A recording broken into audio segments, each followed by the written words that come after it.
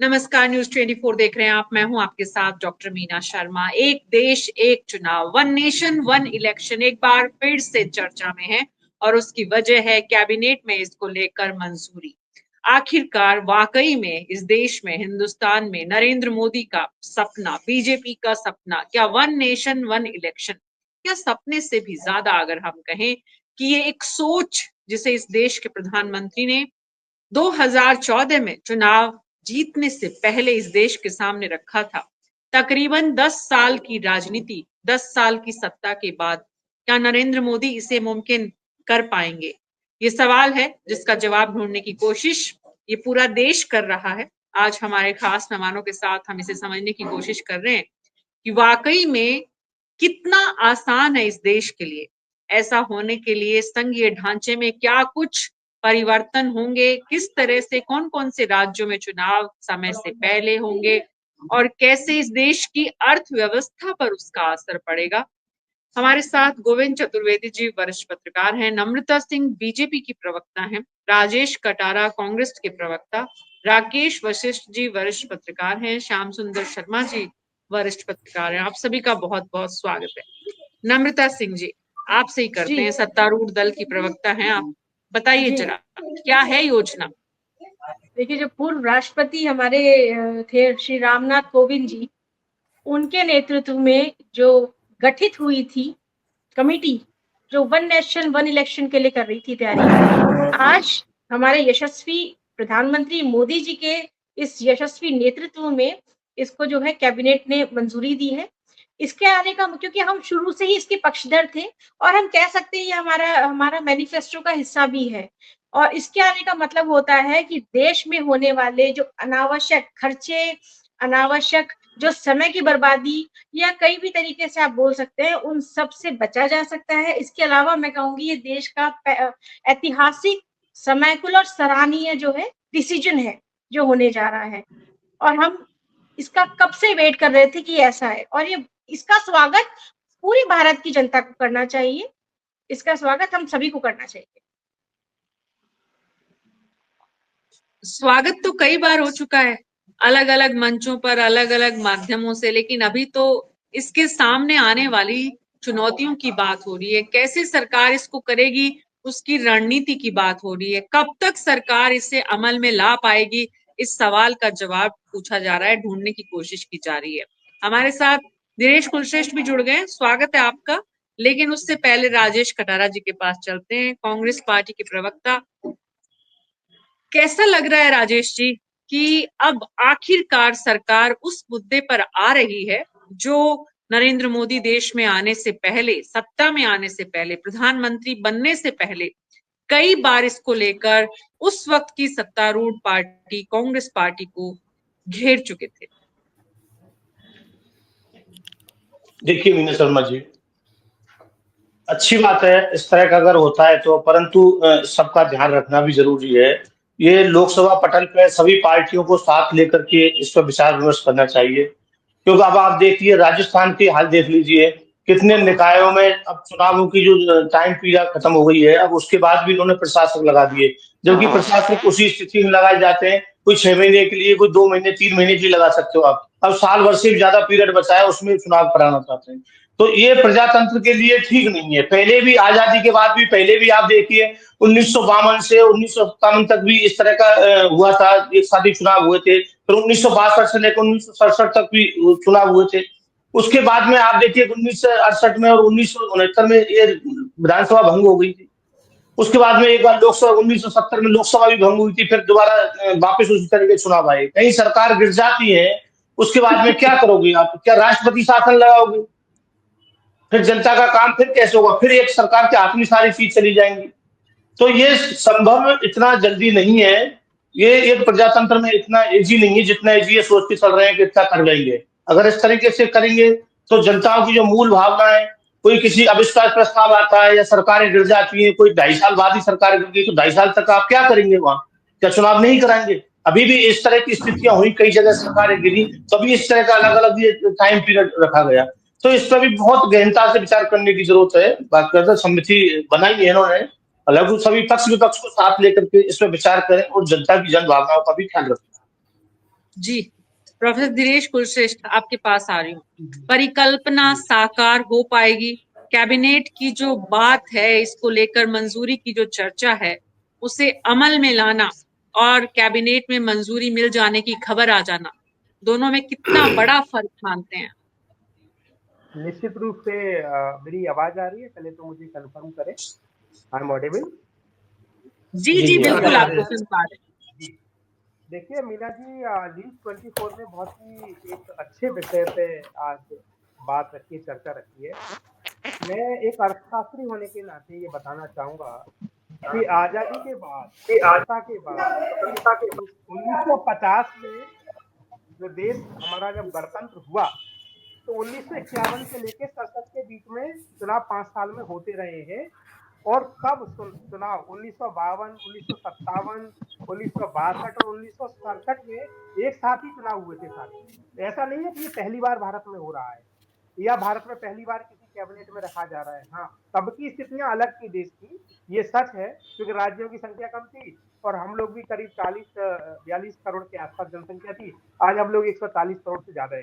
तो निश्चित रूप से चुनौतियां हैं।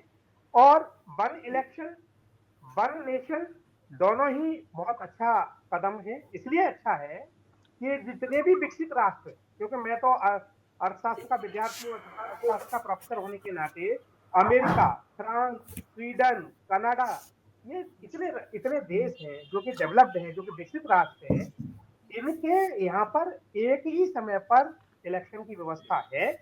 और निश्चित रूप से क्योंकि हम लोग लोकतांत्रिक राष्ट्र में निवास करते हैं, रहते हैं, क्योंकि हमारे देश में अगर ये लागू होता है और हम लोग 5वीं अर्थव्यवस्था में बहुत जल्दी ही तीसरे नंबर की अर्थव्यवस्था बनना चाह रहे हैं, तो निश्चित रूप से हमें अपने जो हमारे खर्चे हैं, जो हमारे व्यय हैं, उनके ऊपर कंट्रोल करना होगा। और उसमें वन नेशन वन इलेक्शन की व्यवस्था निश्चित रूप से एक दिशा देगी। अगर मैं बात करूं खर्चे की कि कितना वन इलेक्शन और वन नेशन वन इलेक्शन के फायदे क्या हैं, तो एक देश एक चुनाव का सबसे बड़ा फायदा ये है कि चुनाव का खर्च जो है ना कम हो जाएगा। अलग अलग चुनाव कराने पर भारी भरकम राशि खर्च होती है।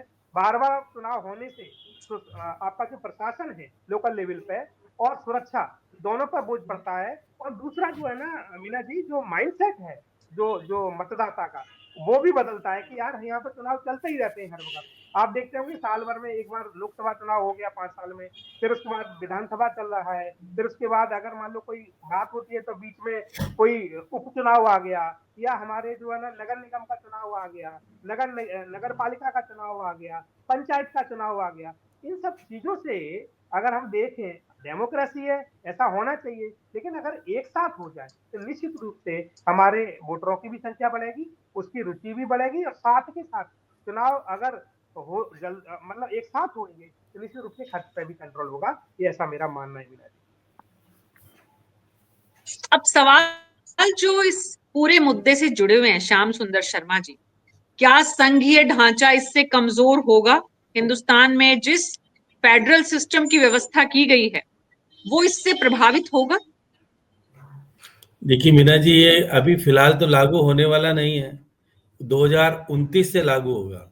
तो अभी तक तो इंतजार कीजिएगा, क्योंकि पहले कुछ विधानसभाओं के चुनाव 2026 तक, अगर 25 विधानसभा के चुनाव एक साथ करा लिए जाते हैं तो ये संभव हो पाएगा। बाकी संभव, देखिए अभी तो ये बिल आएगा, अभी आज कैबिनेट ने इसको पारित किया है और राष्ट्रपति पूर्व की सिफारिशों के आधार पर ये आया है। और वीर सिंह शेखावत हमारे प्रदेश से हुआ करते थे, उपराष्ट्र होते थे, वो बार बार कहते थे भाई वन नेशन वन इलेक्शन होना चाहिए, इसमें तो किसी को आपत्ति है नहीं। लेकिन क्योंकि हमारे यहाँ पर 1970 में विधानसभाएं कई बार भंग की गई थी, तो उसका क्रम बदल गया। अब वो क्रम बदल गया तो उसका जब 5 साल पूरा हो रहा है, तो अब ये भी होगा कि देखिएगा निश्चित तौर पर बहुत सारी विधानसभाओं का समय घटाया जाएगा और बहुत सारी विधानसभाओं का समय बढ़ाया जाएगा, तो ये संभव हो पाएगा। लेकिन हाँ, ये सरकार आम राय बनाना चाहती है, इसलिए इस बिल को संसद में पेश तो किया जाएगा, उसके बाद जेपीसी के पास भेज करके इसको आम सहमति बनाने के लिए कहा जाएगा, भाई आम सहमति बनाओ, क्योंकि बीजेपी 2029 का चुनाव है, अभी तो टाइम है बहुत, और इसलिए वो चुनाव जीतने के लिए एजेंडा हो सकता है बीजेपी का अपना और तरीका है कि वो 29 में जाकर के क्या कहेंगे मतदाताओं को, भाई किस प्रकार से। लेकिन अगर इसमें शहरी निकाय शामिल हो जाती हैं, अगर वो भी प्रस्ताव आ जाता है, तो फिर देखिए 50% राज्यों की विधानसभाओं में इसको पारित कराना पड़ेगा। और अगर ये नहीं शामिल होता है तो फिर कोई दिक्कत नहीं है। तो हो सकता है कोई किसी को आपत्ति इसलिए नहीं होगी कि भाई किसी का विधानसभा का समय बढ़ जाएगा, किसी का घट जाएगा, थोड़ा बहुत आम सहमति बनी तो संभव तो है। लेकिन ये क्या लंबे समय तक चल पाएगा, नहीं चल पाएगा? क्योंकि देखिए हमारे यहाँ तो कई बार क्या होता है कि केंद्र में कुछ भी घटना घटती है तो राज्यों को होता है कई बार। पहले भी आपने देखा कि किस तरह की स्थितियां बनी जब हमारे मस्जिद गिराई गई थी, उसके बाद सारी विधानसभाएं भंग कर दी गई थी। तो ये सारी चीजें चलती रहेंगी। जब अगर विधानसभा का समय 5 साल, आप देखिए हमारे राज्य में भी 1 नेशन 1 स्टेट 1 इलेक्शन की बात हो रही है, क्योंकि अभी हमारे यहाँ भी एडमिनिस्ट्रेटर लगाए गए हैं। अब देखिए जिस प्रकार से शहरी निकाय के चुनाव होने थे, हमारे यहाँ एडमिनिस्ट्रेटर लगे और अभी पंचायतों में भी लगेंगे। एडमिनिस्ट्रेटर लगने के बाद वो सीमांकन होगा, परिसीमन होगा, बहुत सारी चीजें अभी इसमें देखिएगा जुड़ेगी। और माहौल बनाने में जिस प्रकार से देखिए कौन कौन लोग थे उसमें कमेटी में, वे भी आपने देखा, उसमें प्रतीक भी शामिल था। ये देखिए निश्चित तौर पर विचार बहुत अच्छा है।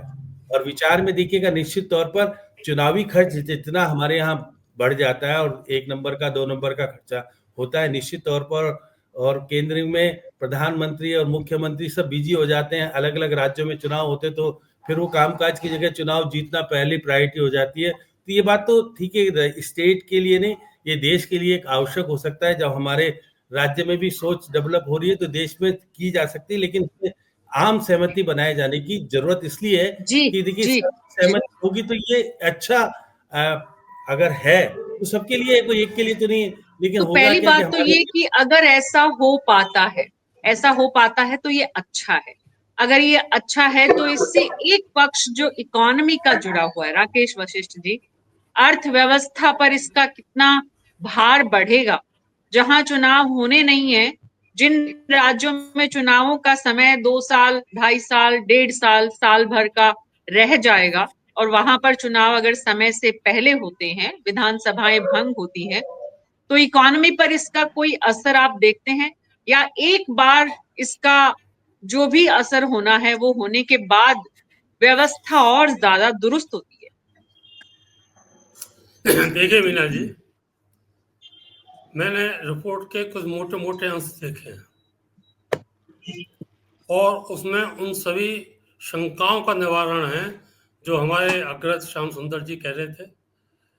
इसमें उन्होंने जो लाइन खींची है 2029 की खींची है अपनी रिपोर्ट में, जो कैबिनेट से बिल के लिए किया, वो दो बार में वो चुनाव होने हैं। एक बार में लोकसभा और विधानसभा के चुनाव होने हैं और उसके 100 दिन बाद नगर निकाय और पंचायतों के चुनाव होंगे। दूसरी इसमें जो सबसे बड़ी बात है कि शंका की जा रही है कि जो इनके पहले कार्यकाल जिनके पूरे हो जाएंगे उनका कैसा करेंगे, उनका कार्यकाल बढ़ेगा, ये उसमें प्रावधान है, क्योंकि उन्होंने टारगेट 2029 कर रखा है। फिर एक आ रही है सब बीच में, अगर कोई अविश्वास प्रस्ताव पारित हो जाता है या कोई विधानसभा या भंग हो जाती है, फिर क्या होगा? उसके लिए जो रेस्ट टाइम जो बचेगा 2 साल 3 साल, केवल उसी पीरियड के लिए वो चुनाव होगा और उनका फिर 2029 के बाद तो फिर सतह ही शुरू हो जाएगा। इसमें ये भी प्रावधान है कि अगर बाई चांस ऐसा हो पहली बार कि 2001 किसी विधानसभा का चुनाव 2029 के चुनावों से तालमेल ना बैठ पाए और चुनाव ना हो, तो उसके लिए उन्होंने एक प्रावधान किया है कि उस विधानसभा के चुनाव जब चाहे 6 महीने बाद, चाहे 1 साल बाद, चाहे 4 महीने बाद हो, तो वो टाइम उसमें रिड्यूस हो जाएगा और अगले बार का जो चुनाव होगा वो उसी हिसाब से होगा जिस हिसाब से सबके साथ चुनाव होना है। तो इसमें वो शंका तो सारी कोई बात नहीं है। इसमें जो मैंने जानकारी ली, इन्होंने चुनाव कमीशन से पूरा लेखा जोखा ले लिया कि हमारा कितना एक्सपेंडिचर होगा, क्या व्यवस्थाएं होगी। इस चुनाव आयोग ने इस एक्सपेंडिचर के लिए बैलेट बॉक्स के निर्माण के लिए उन्होंने 10,000 करोड़ रुपए के अलग की व्यवस्था करने के लिए कहा है, व्यवस्था की है। तो वो सारी सरकार की प्लानिंग है उसको करने का, ये अच्छा है होगा। अब चक्कर क्या है मीना जी, देखो एक जनरेशन चेंज हो गया। हमने देखा है 1967 का चुनाव, हम ना वोटर तो नहीं थे लेकिन हमने ध्यान है हमको, हमारे श्याम सुंदर जी ने देखा होगा, गोविंद जी ने देखा होगा, 57 साल हो गए इस बात को, उनको ये आइडिया नहीं है कि ये दोनों चुनाव कैसे होते थे। हमने वो चुनाव देखे जब बैलेट पेपर से होते थे और अलग अलग डिब्बों में अलग अलग बैलेट उसमें डाले जाते थे। इवन यहाँ तक कि 1951 में तो जो जिस तरीके चुनाव हुए थे वो बड़े विचित्र तरीके से हुए थे। उसमें हर कैंडिडेट का एक अलग डिब्बा हुआ करता था, जो उस कैंडिडेट के लिए आपको वोट डालनी है वो उसमें आप डालिए, वो एक साथ तो समय के अनुसार, आवश्यकता अनुसार उसमें चेंज आता गया और इस तरह की बात है। ये एक अच्छी बात है इससे, क्योंकि आपने धीरज जी ने कहा, नमता जी ने कहा, श्याम सुंदर जी ने कहा, इस बात से सहमत है कि इससे होने से जो सरकार का जो व्यय एक बार जो होना है तो हो जाएगा, भविष्य में इसके व्यय पर काफी कंट्रोल आएगा, कानून व्यवस्था की स्थिति में भी आएगा। सरकार के जो विकास कार्य हैं, चाहे किसी भी सरकार के हों, चाहे स्टेट के हों, चाहे वो हों, उनको पूरा समय मिलेगा 5 साल का काम करने के लिए। अब तो क्या है कि पूरी सरकार है, पूरे दल सभी इलेक्शन मोड में हमेशा रहते हैं, इससे उनको छुटकारा मिलेगा। इसमें उन्होंने 62 दलों को आमंत्रित किया था, 47 ने जवाब दिया, उसमें 32 इसमें पक्ष में हैं कि इस तरह के चुनाव कराए जाने चाहिए और काफी कुछ सहमति है। लेकिन कुछ लोगों जो है विरोध करना है तो करेंगे, उसकी कोई वो नहीं है। जहां तक है कि उसमें 15 विधानसभाओं से इस पूरे विधेयक को अगर पारित हो जाता है, और एक समस्या इनके सामने आनी है इसको पारित कराने में। पहले लोकसभा में और राज्यसभा में 2/3 मेजोरिटी से इसमें संविधान संशोधन करने पड़ेंगे। 4-5 अनुच्छेद हैं, अपने 83, 85, 100 ऐसा कुछ करके 4-5 अनुच्छेद हैं, इनमें इनको संशोधन करना पड़ेगा। तो उसके लिए 2/3 मेजोरिटी की जरूरत पड़ेगी। लोकसभा में इनको 363 सदस्यों की जरूरत पड़ेगी और राज्यसभा में इनको 193 की जरूरत पड़ेगी। पर पार्टी हो सकता है इन्होंने पूरे विचार विमर्श करने के बाद तय कर लिया हो कि कहाँ क्या किसके लिए फ्लोर मैनेजमेंट करना है, ये कर लिया। इसके बाद इनको 15 राज्यों की सहमति लेनी पड़ेगी। चूंकि एनडीए शासित राज्यों की संख्या 21 है, इसलिए उन राज्यों से तो उनको सहमति मिलने में कोई दिक्कत नहीं होगी। ये शुरू में बड़ू अटपटा लग सकता है, लेकिन भविष्य के लिए बहुत अच्छा है और भविष्य में एक साथ होने से सारे देश का विकास की स्थिति है। इसमें तो कोई दो राय नहीं है राकेश वशिष्ठ जी, इसमें तो कोई दो राय नहीं है कि इस विचार से पक्ष विपक्ष सभी जो है वो सहमत हैं। बात ये भी आई है कि ऐसे कई लोकसभा के चुनाव हुए हैं जब बड़ी संख्या में राज्यसभा के भी चुनाव साथ में हुए हैं शुरुआती दिनों में, पहले दूसरे तीसरे चरण के जब देश में प्रथम आम चुनाव, द्वितीय आम चुनाव जब एग्जैक्ट संख्या 4 आम चुनावों तक। जी, तो सवाल ये है गोविंद चतुर्वेदी जी कि 2029 में क्या ये मुमकिन हो पाएगा? मीना जी देखिए, जो सब लोग कह रहे हैं मुमकिन होने में कहीं कोई दिक्कत नहीं है, अगर हम मुमकिन होने की बात करते हैं तो। लेकिन उसमें बेसिक क्वेश्चन ये है कि सरकार किस तरह से काम करती है। ये जिम्मा बिल्कुल स्पष्ट तौर पर सरकार का है कि वो इस अच्छे मुद्दे पर सर्वानुमति बनाए। हम बिल पेश कर देंगे, हम बिल पास करा लेंगे। 15 जो वशिष्ठ जी कह रहे हैं, राकेश जी, वो सही है। 21 राज्यों में 15 से पास कराना मुश्किल नहीं है। मैनेजमेंट करके लोकसभा राज्यसभा से भी निकाल सकते हैं, लेकिन सवाल उसके क्रेडिबिलिटी का है कि जो हम पास कराएंगे वो कितना क्रेडिबल होगा। और मेरा मानना यह है कि इसके लिए भारत सरकार को सबसे पहले देश के तमाम राजनीतिक दलों से बैठ करके बात करनी चाहिए और सर्वानुमति वहां बनाई जाए, जिससे कि आगे फिर न लोकसभा में दिक्कत आए, राज्यसभा में 2/3 के लिए, न विधानसभाओं में आए।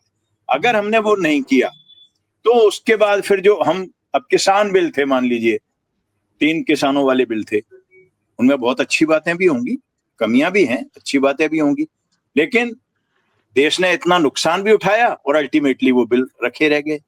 तो वो सूरत ना आए, इसके लिए मेरा मानना यह है, जो आप कह रही हैं संभव है, पर सबसे राय करके अगर करेंगे तो बहुत अच्छा होगा।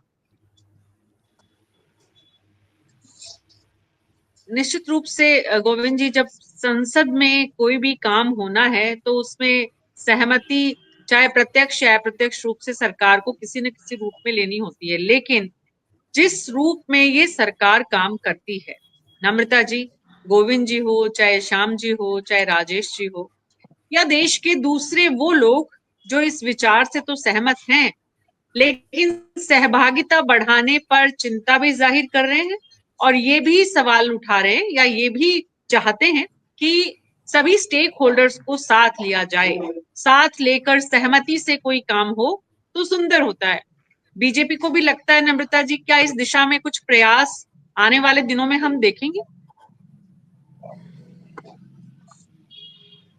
बिल्कुल, क्योंकि हम पूरी तैयारी के साथ इस बार जो है, वैसे तो ये जो कंसर्न है वन नेशन वन इलेक्शन का, वो 1983 से चल रहा है कि इलेक्शन कमीशन ने ये कहा था कि हमें ऐसा कुछ हो जिसमें एमपी एमएलए के दोनों के साथ चुनाव हो। इस पर करा गया, लेकिन क्योंकि हमारी मोदी जी की सरकार है जो कि कर्मठ है, करने में विश्वास करती है, कहने में विश्वास नहीं करती है, और ये इलेक्शन ये जो पास हो रहा है इसके पीछे मैं आपके माध्यम से बताना चाहूंगी सभी को कि ना इसमें सिर्फ जो हम अर्थव्यवस्था के रूप से इकोनॉमिक पार्ट में देखें हम सॉलिड होंगे, हमारा जो है खर्चा बचेगा, ना हमारा समय, इसके अलावा हमारा समय भी बचेगा। इसके अलावा जो आदर्श आचार संहिता लगने पे जो कई कानून जो योजनाओं में जो बाधाएं बनती हैं, सरकारी कामों में जो बाधाएं बनती हैं, हम कर नहीं पाते हैं, नीतियां लागू नहीं कर पाते हैं, वो नहीं हो पाएंगी। लोग बाहर जो छुट्टियां मिलती है, क्योंकि 5 साल के अंदर हमें चुनावों के नाम पर 5-6 बार हमें इस चीज का फेस करना पड़ता है, कभी निगम के चुनाव, कभी उपचुनाव, कभी एमपी एमएलए के चुनाव। तो जो अर्थव्यवस्था बिगड़ती है, मैनेजमेंट बिगड़ता है, लोगों की जीवन शैली में परिवर्तन आता है छुट्टियों में, वो नहीं आएगा। इसके अलावा वंशवाद भी कहीं ना कहीं, परिवारवाद खत्म होगा, क्योंकि परिवारवाद एक इतना बड़ा मुद्दा है। क्या होता है कि एमपी एमएलए जीते बने वो अपने परिवार को देते हैं, इससे क्या होगा, वन नेशन वन इलेक्शन से हमारी सभी की सहभागिता बनेगी, सभी लोग एक साथ जुड़ेंगे और ये जो परिवारवाद चलता आ रहा है इसका अंत हो जाएगा। और काला धन जो एक तरह से मार्केट में स्प्रेड हो जाता है लाखों करोड़ों रुपए का, अभी राकेश जी भाई साहब ने जैसे कि कहा था कि उस टाइम के इलेक्शंस में ऐसे होता था, बिल्कुल उस टाइम 11 करोड़ की जो 67 का चुनाव हुआ था वो 11 करोड़ में हुआ था, 2019 का चुनाव 60,000 करोड़ में भी हुआ। तो ये जनरेशन गैप है।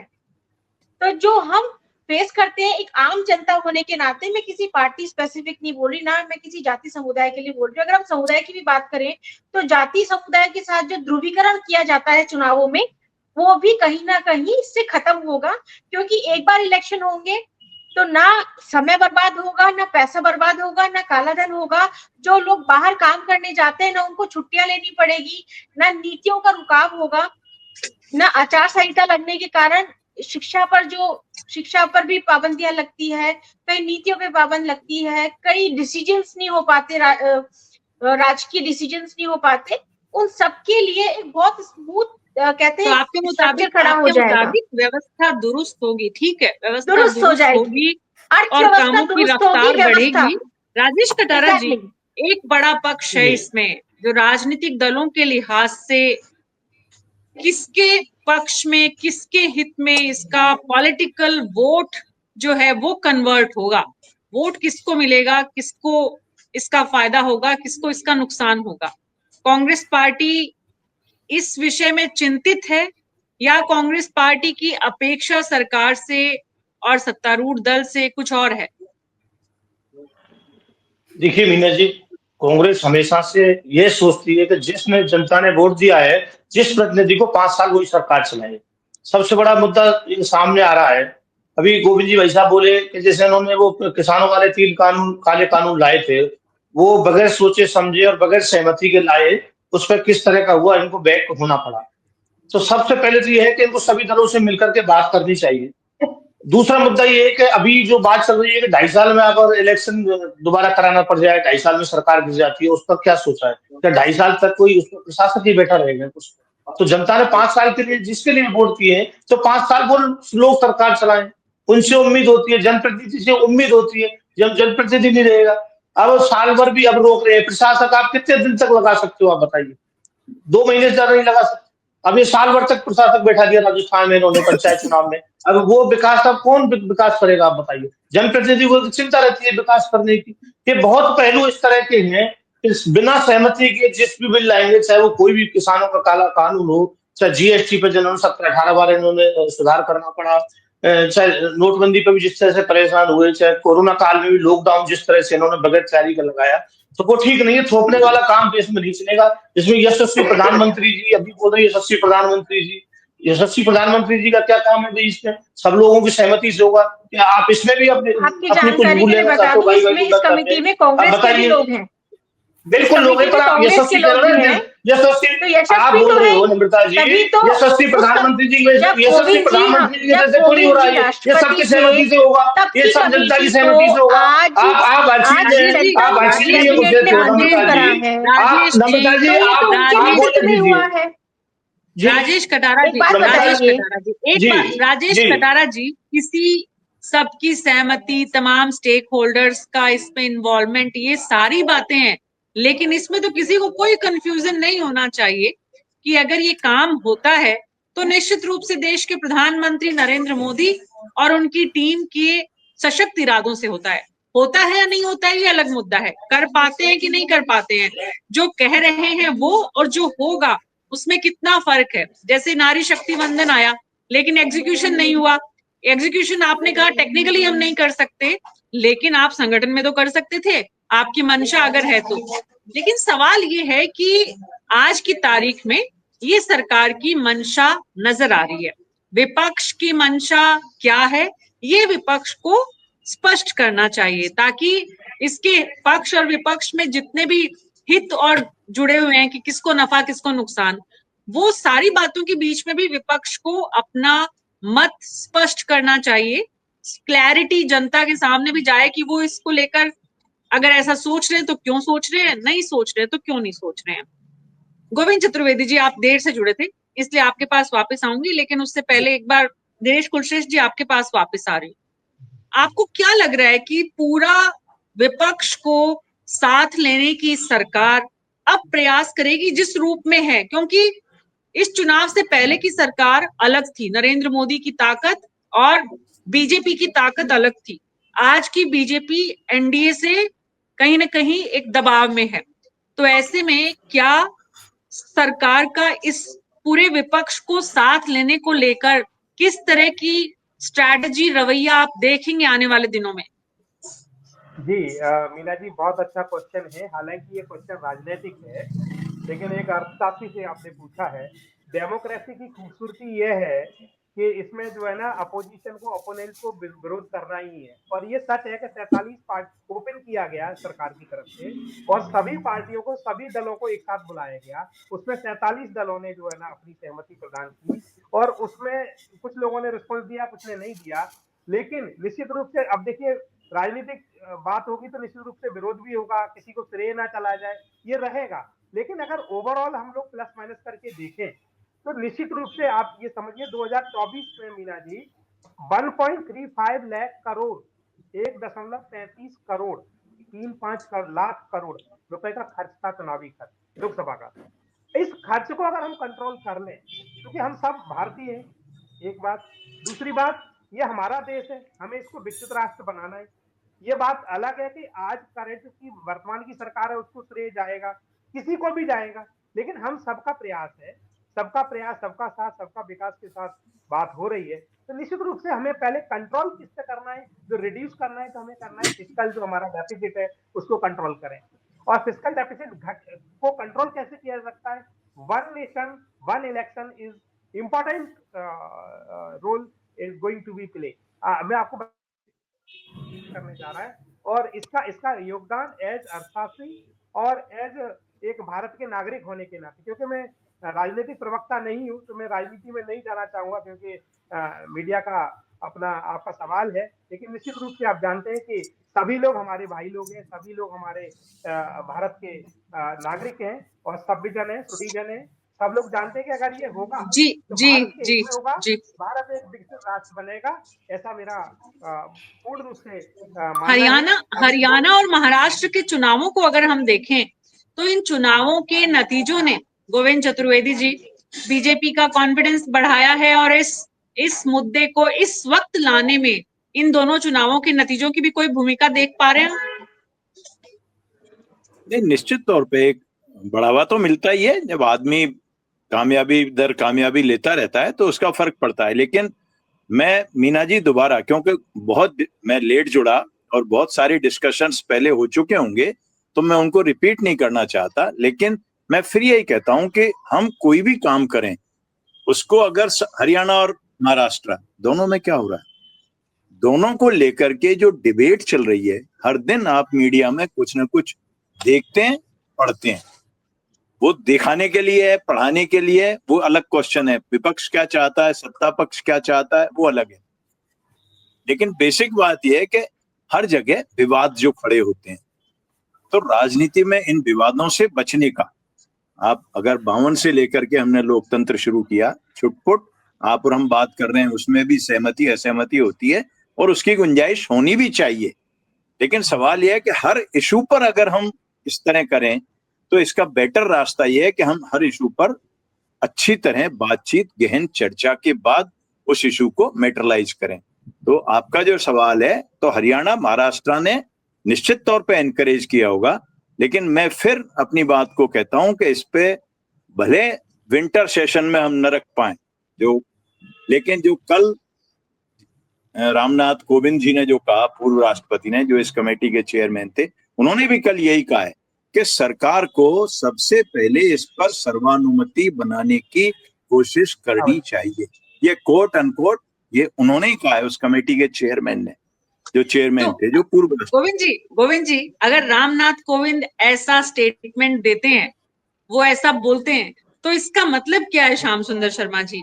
आने वाले समय की भूमिका पहले से ही रामनाथ कोविंद जी के जरिए ही एक तरह से बना दी गई है कि भाई सत्ता पक्ष को ये कहने का मौका मिल जाए कि सहमति नहीं बनी, या फिर इसके पीछे वाकई में मंशा सभी को साथ लेने की दिखती है आपको? और विपक्ष की भूमिका दरअसल होनी क्या चाहिए श्याम सुंदर शर्मा जी इस मौके पर? देखिए मीना जी, तय तो हुआ है कि बिल तो आ जाएगा, बिल फिर ये जेपीसी को चला जाएगा, जेपीसी को जाने के बाद सहमति बनाई जाएगी। अब कोई पार्लियामेंट में सहमति बनेगी नहीं बनेगी तो आपको जेपीसी सब वर्गों से बात करेगी, सब दलों से बात करेगी, उसके बाद श्याम जी कह रहे हैं वो जेपीसी भी हो सकती है, वो हाउस की सेलेक्ट कमेटी भी हो सकती है जी। नहीं, जेपीसी की बात ज्यादा आ रही है कि वक्फ का कानून बनाने के लिए भी जेपीसी बनी थी, तो इसको भी जेपीसी में सारे दलों के समाहित लोग होते हैं, इसलिए सहमति बनेगी। और देखिए ये तो 2029 में आना है ना, अभी तो चर्चा करके माहौल बनाने की बात हो रही है, क्योंकि यूपी का चुनाव आपके बहुत नजदीक आ रहा है, तो यूपी का चुनाव, दिल्ली का चुनाव हमको जीतने के लिए सब माहौल भी तो बनाना पड़ेगा। आज की स्थिति में अभी देखिएगा कि अब भाजपा की सरकार कोई नहीं कह रहा, मोदी की सरकार, भाई भाजपा भी तो थी जब भी तो मोदी जी आए, नहीं तो मोदी जी आते कहां से? इसलिए किसी व्यक्ति विशेष का होने से इस देश का भला हो जाएगा नहीं, यही तो राजनीतिक दल, अब देखिए परिवारवाद खत्म हो जाएगा, तो बीजेपी का परिवारवाद भी खत्म होना चाहिए अगर कांग्रेस के परिवारवाद का आरोप लगता है। ये तो मैंने तो परिवारवाद की बात करी है, मैंने किसी स्पेसिफिक पार्टी की बात नहीं करी। अरे सुन तो लीजिए, मैंने तो आपको कुछ कहा ही नहीं ना, आपको मैंने ये तुम कहा मैं परिवारवाद के लिए बता रही हूं। देखिए परिवारवाद कहीं कांग्रेस को ही लेकर के कहें, देखिए सपा में भी है, लालू दल में भी है, बहुत सारे दल हैं, ऐसे सारे में परिवारवाद तो सब जगह मौजूद है। लेकिन मैं कह रहा हूँ कि देश के हित के लिए परिवारवाद में, भाई साहब मैं आपको बीच में इंटरप्ट करूंगी मीना जी, मैं आपके माध्यम से एक बात और बताना चाहूंगी। परिवारवाद जो आप कह रहे हैं भाई साहब, सुनो तो सही, आप जरा देखिए, ये कानून ऐसा है कि देश के हित में, आम लोगों के हित में, लेकिन बात यह है कि विधानसभा और लोकसभा के चुनाव पर सहमति करने की जरूरत है। देखिए अभी तक इसमें शहरी निकाय वाला पार्ट जोड़ा नहीं है, अगर शहरी निकाय वाला पार्ट जोड़ेंगे तो फिर 50% नहीं श्याम सुंदर जी आ गया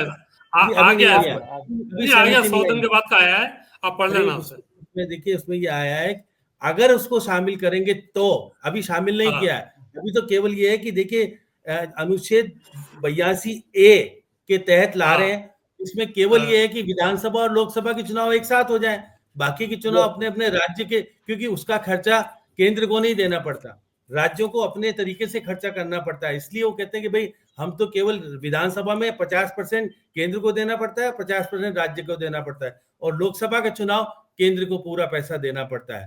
देखिए पैसा की, देखिए पहले वाली जो कह दे कि भाई हम 52 में चुनाव या 57 में जो चुनाव जब हुए थे, जब पैसे की वैल्यू क्या थी और आज वैल्यू क्या है, तो इसलिए खर्च तो बढ़ता है निश्चित तौर पे, लेकिन 2 नंबर का मैं यही बता रही हूँ कि तब ऐसे चुनाव होते थे, आज बहुत हम मॉडिफाइड हो चुके हैं, तो नम्रता क्या जी, नम्रता जी बीच में नहीं बोलना है, please please please. Rakesh Vashishtha ji, आपके पास आ गए, आखिरी सवाल। है और कोई बात आ रही तो मैं बोल सकती हूँ। मातृशक्ति वंदन बिल लाए थे, वो बिल की तो चर्चा होती नहीं, वो भी देखिए कब से लागू होगा, वो भी बाद में लागू होगा। इसलिए बीजेपी अपने एजेंडे को रख करके अपना प्रचार प्रसार और किस तरह से मजबूती के साथ हम आगे के इलेक्शन कैसे जीते, ये सब देखिए बीजेपी की स्ट्रेटेजी जो है वो है। और देखिएगा आज देखिए जो बिल अभी आया, इन्होंने 191 दिन समीक्षा की, लेके आ गए, लेकिन लागू करना देखिए बहुत जल्दीबाजी। श्याम जी, सत्तारूढ़ दल अगर सत्ता में रहते हुए और एक के बाद एक राज्य के चुनाव जीतते हुए अगर 4 साल बाद की रणनीति बना रहा है तो काम तो कर रहा है। अब हम उससे सहमत हो नहीं हो, हम उस विचार के पक्षधर हो विरोधी हो, वो मुद्दा नहीं है। मुद्दा ये है कि आज की तारीख में बीजेपी ने ये तीर छोड़ दिया है। राकेश वशिष्ठ जी, इस तीर से विपक्ष को नुकसान होगा, घायल होगा, चोट लगेगी, या विपक्ष वापस तीर ऐसे छोड़े जिससे कि विपक्ष के खाते में कुछ जाए, विपक्ष को कुछ मिले। सवाल ये है कि इस पूरे मुद्दे पर अब विपक्ष की रणनीति दरअसल होनी क्या चाहिए, बिकॉज सत्ता की रणनीति तो सामने आ गई है। रामनाथ कोविंद जी का स्टेटमेंट भी बता रहा है कि वो सबको साथ लेकर चलने का प्रयास भी करेंगे, सरकार को नसीहत भी एक तरह से, और अपनी मंशा भी साफ कर दी है। रामनाथ कोविंद अगर कुछ बोल रहे हैं, इसका मतलब उस बोलने के पीछे भी कोई एक सोच है। अब मुद्दा ये कि विपक्ष क्या करता है, समूचे विपक्ष की इस वक्त भूमिका राकेश जी क्या होनी चाहिए, और जो है उसके बीच के को जो फर्क है उसका कारण। देखिए मीना जी, इस बिल का इम्प्लीमेंट होने के बाद जो नतीजा, सटीक नतीजा तो तभी आएगा जब चुनाव हो जाएंगे कि इसको किससे फायदा होना है, किसको नुकसान होना है। लेकिन विपक्षी दलों में क्षेत्रीय दलों को सबसे ज्यादा विरोध इस बात का है। उनका मानना यह है कि अगर ये एक साथ चुनाव अगर हुए तो ये राष्ट्रीय मुद्दों पर चुनाव लड़ा जाएगा और क्षेत्रीय मुद्दों पर चुनाव न होने के कारण उनके दलों का अहित होगा। उनका विरोध तो इस कारण से है। अब कांग्रेस क्यों विरोध कर रही है ये तो ये जाने, लेकिन मैं नहीं समझता कि कोई सकारात्मक से वो उनका विरोध करने का कोई इरादा हो। उनका शायद विरोध करना है इसलिए विरोध करेंगे, क्योंकि आजकल की जो राजनीति हम देख रहे हैं 10, 15, 20 साल से, उसमें गुणात्मक परिवर्तन आया है। और ऐसा नहीं है कि कभी किसी दल के साथ गए जमाने वो जब कोई समर्थन किया करते थे, लेकिन अब वो समर्थन करने की बात नहीं है, विरोध करना है तो वो करेंगे। अब हालांकि क्षेत्रीय दलों का कुछ दल तो बड़े मुखर हैं इस संबंध में, लेकिन उनका वजूद इतना नहीं है कि कोई वो ज्यादा इम्प्लीमेंट अपना असर उस पर दिखा सकें। इसमें जो मुख्य विपक्षी दल है वो कांग्रेस ही है, चाहे कैसे भी हो, वो हर स्टेट में है, हर साल ही है। और अगर वो इसके साथ अपनी सर्वानुमति दे देता है तो इस होने में सुहागा है। लेकिन आप ये निश्चित माने मीना जी कि बिल तो पेश होगा और सरकार पूरी कोशिश करेगी दमखम के साथ कि इस बिल को पास कराने के लिए। वो एक अलग बात है कि क्या हो क्या नहीं, लेकिन जहां तक संभावना ये है कि पॉजिटिव है कि वो इस बिल को ये इनके और चाहे कोई भी इनको करने पड़े ये बिल को करने में सफल होंगे। ये भी हो सकता है, मैं इस बात से सहमत हो सकता हूँ श्याम सुंदर जी के, तो जेपीसी को चला जाए। जेपीसी के लिए भी टाइम बाउंड होगा, ऐसा नहीं कि लंबा खिंच जाता है। टाइम जिसके लिए अभी उन्होंने इसके लिए किया था, इसके लिए वक्फ बोर्ड वाली इसके लिए टाइम बाउंड प्रोग्राम किया था, ऐसे उसके लिए हो सकता है। और सर्वानुमति दिखाने के लिए होना जाना तो वही है जो दिख रहा है हमको, इसके अलावा कुछ नहीं है। लेकिन इसका असर देश के लिए, देश के विकास के लिए और देश के मजबूत होने के लिए बहुत जरूरी है और इसको होना भी चाहिए और इस बात को समझने की बिल्कुल जरूरत है। जी बहुत बहुत शुक्रिया आप सबका। नम्रता जी कुछ बोलना चाह रही हैं, जल्दी से बोले नम्रता जी। मैं आपके माध्यम से बताना चाहूंगी कि ये इसका जो इंडी गठबंधन इसलिए विरोध करेगी क्योंकि डीप स्टेट जैसे जो संस्थान है, जो जॉर्ज सोरोस जैसे धनाढ्य लोग हैं जो किसी भी देश में अराजकता फैलाने के लिए डिसीजन कंट्रोल करना चाहते, फाउंडर सोनिया गांधी भी है, उनका हस्तक्षेप बंद हो जाएगा जो पैसों को फेंक करके वो तमाशा देखना चाहते हैं, मदारी बनकर बंदरों को नचाना चाहते हैं इंडी गठबंधन को, ये अडानी का खत्म भी हो आएगा जाएगा। मुद्दा तो अडानी का अरे भी आएगा अरे जब अरे ये नम्रता देखो, अडानी का जी, नाम राहुल लेने गांधी से सोनिया प्रधानमंत्री जी जी संसद अडानी छोड़ कर अंबानी जाते के हैं। चेहरे लगा अडानी करके, का नाम अडानी का नाम अंबानी के लेने से चेहरे लगा बीजेपी को करके कैसी लग लोकसभा जाती में है? परेशान कर रहे अडानी को हैं, नाम जनता को अडानी को नम्रता जी, कंधे पर रखे जिस तरह से अडानी घूमते अंबानी रहे जी करना बंद करें। गठबंधन में, नम्रता इनको जी, पता ही नहीं ये अभी तक। अडानी अंबानी बहुत पुरानी चीज हो चुकी है। देखिए, अरे नम्रता जी जितनी आपकी उम्र है, कांग्रेस अध्यक्ष को जो पूर्व में रही है सोनिया गांधी, उतना समय हो गया है काम राजनीति में करते हुए, इसलिए प्लीज थोड़ा सा रेस्पेक्ट करिए, चाहे हम देखिए सहमत हो नहीं हो। उम्र रेस्पेक्ट किसी के गलत इरादों के लिए सर्वश्रेष्ठ नहीं होती है। नहीं है। विपक्ष की मर्यादा इसीलिए ये है आप छोटी ये नहीं पार्टियों बोले कि ये मेरी छोटी उम्र पार्टियों के का बराबर रेस्पेक्ट सोनिया नहीं गांधी करती है। है। अगर इनको सोनिया इनको गांधी पता ही गलत नहीं है तो वो दो गलत है। कुल सोनिया मिलाकर गांधी जो गौर आप सरज के बात साथ करने के बाद बात मीना समझ शर्मा में आ जी, रही है, वो ये है कि इस देश में एक देश एक चुनाव, वन नेशन वन इलेक्शन की बात अब सरकार जो इतने दिनों से बात कर रही थी, उसे कानून के रूप में लाने की तैयारी, अमल में लाने की तैयारी भी सरकार करती दिख रही है। इन खबरों को हकीकत में तब्दील करने में एक लंबा रास्ता तय करना है। इस रास्ते को तय करने में सत्ता पक्ष के साथ विपक्ष को भी शामिल होना है। कितना विपक्ष साथ होगा, किसको इसका राजनीतिक फायदा और किसको इसका नुकसान होगा, ये सब भविष्य के गर्भ में है। लेकिन आने वाले दिनों में वन नेशन वन इलेक्शन एक और बहुत बड़ा चर्चा का विषय लंबे समय तक रहने वाला है। कुल मिलाकर इस वक्त आज की तारीख में नरेंद्र मोदी ने अपने मंसूबे दिखा दिए हैं कि हरियाणा और महाराष्ट्र के बाद अब उनका अगला कदम क्या होने जा रहा है। आने वाले राज्यों में, आने वाले चुनावों में, आने वाले समय में पूरे देश की राजनीति पर इसका क्या असर होगा, ये देखना काफी दिलचस्प होगा। न्यूज़ 24 पर अभी मेरे साथ इतना ही। नमस्कार।